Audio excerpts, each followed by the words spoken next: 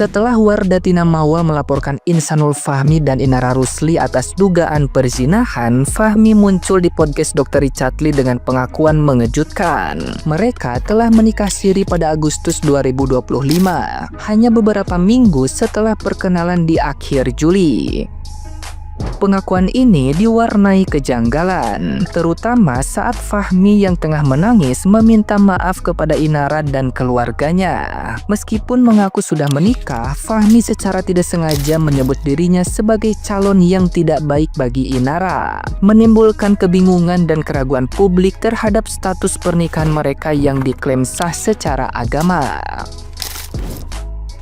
Kejanggalan semakin dalam ketika Dr. Richard Lee mempertanyakan kronologi pengakuan Fahmi yang berbelit. Fahmi tidak bisa menjawab tegas apakah Inara mengetahui statusnya masih menikah dan baru memberitahu Mawas soal niat poligami pada Oktober, 2 bulan setelah pernikahan sirinya.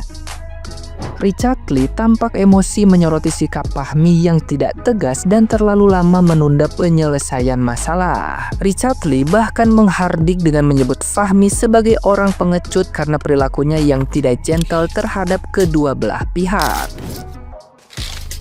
Nah, gimana nih menurut netizen yang terhormat? Silahkan berkomentar ya. Di podcastnya Dr. Richard di menit ke-48 ini ya, si Insanul ini bilang kalau dia bukan calon yang baik. Lah, bukannya lu bilang lu udah menikah. Tapi ya ngomong-ngomong ya, kalau misalnya orang menikah itu kan bukannya ada dokumentasinya ya. Gua nggak tahu nih, apakah belum tersebar, apakah udah ada, apakah gimana. Gua sampai sekarang tuh di sosial media tuh belum pernah lihat foto pernikahan sirinya nih, dia sama si Inara itu ya. Biasanya kan kalau ada pernikahan itu kan pasti kan ada dokumentasinya dong, ada fotonya, ada ini. Kok ini tidak dipublikasikan, tidak dikasih lihat, walaupun di podcastnya Dr. Richard udah secara gamblang dia menceritakan segala macamnya, tapi tidak dikasih lihat fotonya. Apa gue yang belum lihat nih? Kalian ada ya yang tahu fotonya pernikahannya ini? Ya kan? Apakah ketelepasan? Jadi udah calon apa udah suami? Kemarin ada yang lucu di podcastnya DRL. Karena apa? Karena si laki-laki ini mengatakan bahwa dia sudah menikah dengan si Nara, tetapi dia keceplosan guys. Dia berbicara bahwa maafkan calon ini yang masih kurang baik. Yang benar udah suami atau masih calon gitu. Netizen Indonesia itu jeli ya. Jelinya itu lebih jeli daripada detektif. Jadi jangan sampai mau playing victim, tahu-tahu kepleset, kepelincir ya, akhirnya kebaca sama netizen. Kalau memang pengakuannya sudah menikah, kita satu Indonesia bisa bertanya, kenapa pada saat itu kamu mengatakan calon? Calon itu kan berarti belum menikah gitu. Kalau memang sudah tidak mencintai, kalau memang sudah punya yang baru gitu, nggak apa-apa. Tapi maksud saya ceraikan dulu satunya, biar tidak menimbulkan masalah satu Indonesia. Yang repot kalau semuanya itu kamu mau. Yang di sini katanya dibohongi, yang di sana katanya mau dipoligami, semua kamu mau. Jadi gara-gara satu kamu laki-laki ini ya, satu Indonesia itu heboh. Kurang-kurangin dramanya, say. Karena keceplosan adalah kejujuran yang paling jujur menurut investigasi. Berkenalan di bulan Juli, terus diundang tuh ke TV ke Pagi-Pagi Ambiar itu di tanggal 3 Agustus ya kan. Terus melangsungkan syuting di lantai 3 berdurasi 2 jam itu di tanggal 8. Terus kapan nikahnya? Sepolos-polosnya cewek pasti cari tahu dulu lah, apalagi ada keterikatan bisnis ya, di mana kita pasti tahu dong mitra kita itu siapa ya kan. Apalagi udah main hati, masa mau langsung dikawinin aja? Dulu kan udah pernah jadi korban ya, korban kebohongan laki-laki, masa sekarang mau dibohongin lagi? Percaya gitu sama perkataan buaya darat gitu kan, aku udah cerai, aku udah itu, udah ini. Gak mungkin kalau sampai gak nyari tahu. Apalagi kalau misalkan niatannya mau menikah, pasti dicari tahu dulu ya. Apalagi kamu itu famous, terkenal, pintar, yang wow sekali gitu kan, aktif di media sosial. Kalaupun misalkan menjaga privacy, setidaknya cari tahu di belakang layar kek. Jangan mau TOL ya kan, dibohongin lagi dan jadi korban lagi. Harusnya kejadian sekarang itu dia bisa lebih pro player gitu kan. Masa tuh masuk ke lubang yang sama?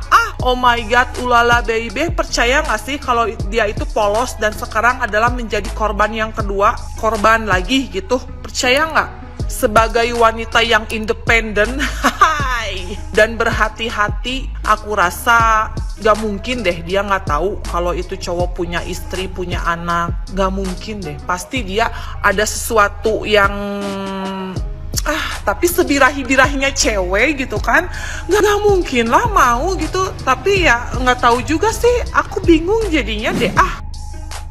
Baru 12 menit nonton aku udah gak kuat buat gak komentar. Nih yang mau nonton klarifikasi suami Mawa di podcastnya Dr. Richard, gemes banget dari awal udah nangis-nangis gak jelas. Jadi dia menjelaskan lah di awal ya gimana rumah tangganya dengan Mawa. Terus ditekankan udah ada 12 menit aja udah beberapa kali dia bilang kalau dia tuh sudah pesenin ke istrinya itu buat menekanin untuk jaga intonasi bicara, pemilihan kata dan momentum gitu. Capek loh nikah sama orang yang kayak gini, ini gak dewasa banget sih. Aku petik 12 menit ini ya, solusinya dia tuh malah tambah menyibukkan dirinya untuk kerja sampai masuk rumah sakit, mimisan, opname, seminggu opname gitu, terus kerja pagi sampai malam, terus kamu pulang dengan kondisi badanmu gak fit, terus istrimu mau ngomong, salah lagi nanti karena momentumnya salah, menurut kamu karena kamu lagi capek dengerin intonasi bicaranya juga salah, aura manipulatifnya kenceng banget, ya kan? Inara udah menikah ternyata. Intinya mereka udah menikah ya. Terus komen orang-orang, ini nangis dosa dikasihani, air mata karena ketahuan bukan karena penyesalan. Baru kali ini aku lihat orang nangis tapi hatiku gak tersentuh, rasanya malah muak. Bener banget. Baru 15 menit berjalan udah gemes banget ya. Kalian kalau mau lanjut nonton nih, sehabis Jule sekarang siapa? Inara siapalah itulah ya, yang tadinya korban sekarang kok bisa jadi pelaku. Sebenarnya bukan kasus perselingkuhan doang sih yang tadinya korban bisa jadi pelaku ya. Banyak kasus-kasus lain yang tadinya itu korban akhirnya dia jadi pelaku. Contohnya bullying. Banyak yang dulunya korban bullying akhirnya ketika mungkin dia lagi tinggi akhirnya dia membuli orang yang di bawahnya. Apakah ini ada unsur karena mungkin trauma dan luka ataupun sakit hati di masa lalu sehingga dia yang tadinya korban itu melakukan hal yang serupa gitu? Biasanya sih ya ada sesuatu yang belum beres dalam hatinya ya. Tapi maksud gue gini loh ya, tapi kalau mau ngelakuin kayak begono-begono, kenapa sih lu harus jadi pelakor? Itu aja sih. Emang cowok-cowok yang single itu sekarang tuh jarang ada atau kayak gimana gitu ya? Dengan pakaian lu yang semuanya tertutup. Waduh, ketipu ya. Dan katanya lu berteman ya sama Julie ya. Tahu dia berteman atau enggak? Maksud gue kalau jadi pelakor kayak gini, apakah lu kagak mikir gitu, lu udah punya anak gitu ya kan? Nanti anak lu ngomong apa gitu loh. Emang membagongkan sih ya. Dan ini sudah fix perselingkuhan karena sudah ada buktinya dalam bentuk CCTV. Bahkan CCTV-nya itu benar-benar ada versi lengkapnya yang udah dikasih ke penyidik ya. Versi lengkapnya itu benar-benar melakukan layaknya suami istri gitu loh. Intinya dari kejadian perselingkuhan ini yang cewek-cewek ini tuh juga ternyata doyan selingkuh ya. Gue bisa tarik kesimpulan kalau cewek itu sebenarnya juga secara nafsu mungkin sama ya sama cowok ya. Tapi kan kalau cowok mungkin lebih open, lebih belak-belakan gitu kan, lebih menunjukkan gitu ya. Sebenarnya cewek ya nafsu juga kalau lihat Kenti kali ya. Tapi mungkin kalau cewek itu kayak lebih tidak open gitu loh, ngerti nggak? Tidak mengekspresikan secara langsung, tapi itu ya namanya manusia. Mau cewek kayak mau cowok kayak ya pasti ada nafsunya gitu kali ya.